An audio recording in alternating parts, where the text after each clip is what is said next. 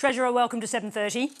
Thanks very much, Sarah. Now, do you agree with Reserve Bank Governor Philip Lowe today that we should all be moving in together to solve the rental affordability crisis?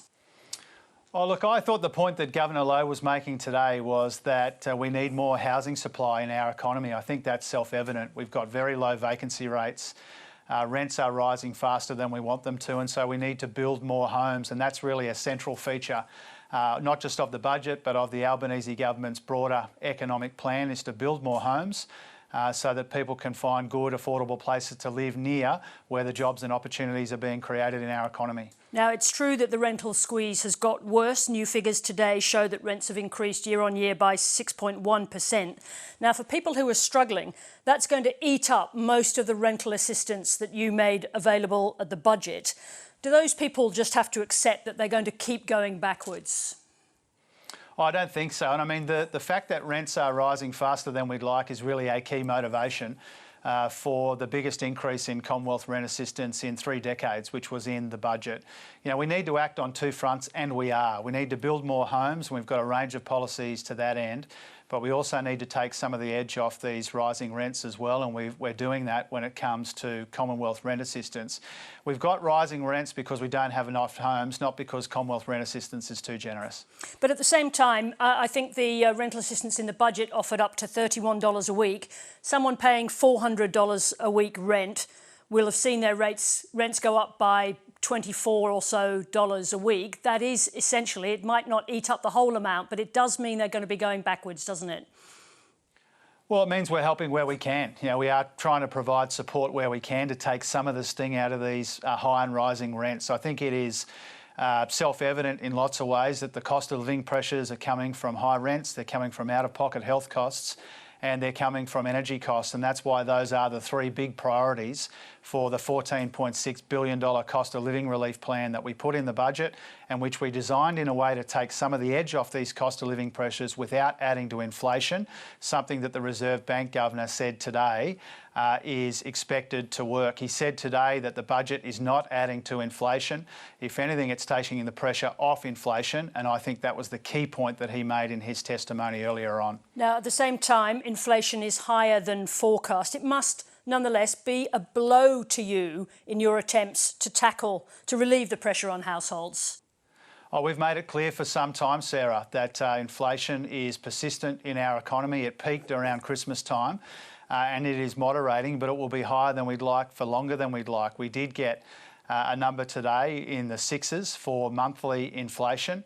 That's lower than the 8.4% we saw in the year to December, so it's moderating, but the monthly figure jumps around a bit. Today's number was largely explained by the changes in the timing of the fuel excise relief and a couple of other issues. But inflation is still the major concern that we have about our domestic economy and indeed around the world.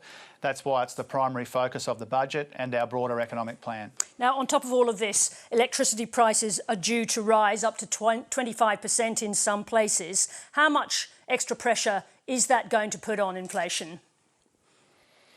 Well, I think it's important to recognise that the steps that we've taken in the energy market are taking some of the edge off these price increases. If you think about the budget forecasts for electricity prices next year, we were anticipating a 36% increase. Now we're expecting a 10% increase, and that shows the impact of our policies. And once again, the Reserve Bank Governor today and on other occasions has pointed to our energy relief plan as one of the big reasons why we are taking some of the edge off these inflationary pressures. As I said before, energy, rent, out-of-pocket health costs are a big part of the story here, and that's why we've acted in a methodical way, a responsible way, a carefully calibrated way to try and take some of the edge off those kinds of cost of living pressures that people are feeling right around the country.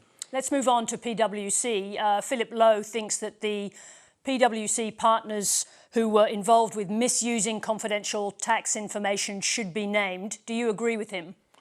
I think that will happen in time. I mean, this has a ways to go yet, I feel. What do you mean by in time? How much time before those names are made public? Well, it remains to be seen. There are a number of processes underway, as you know.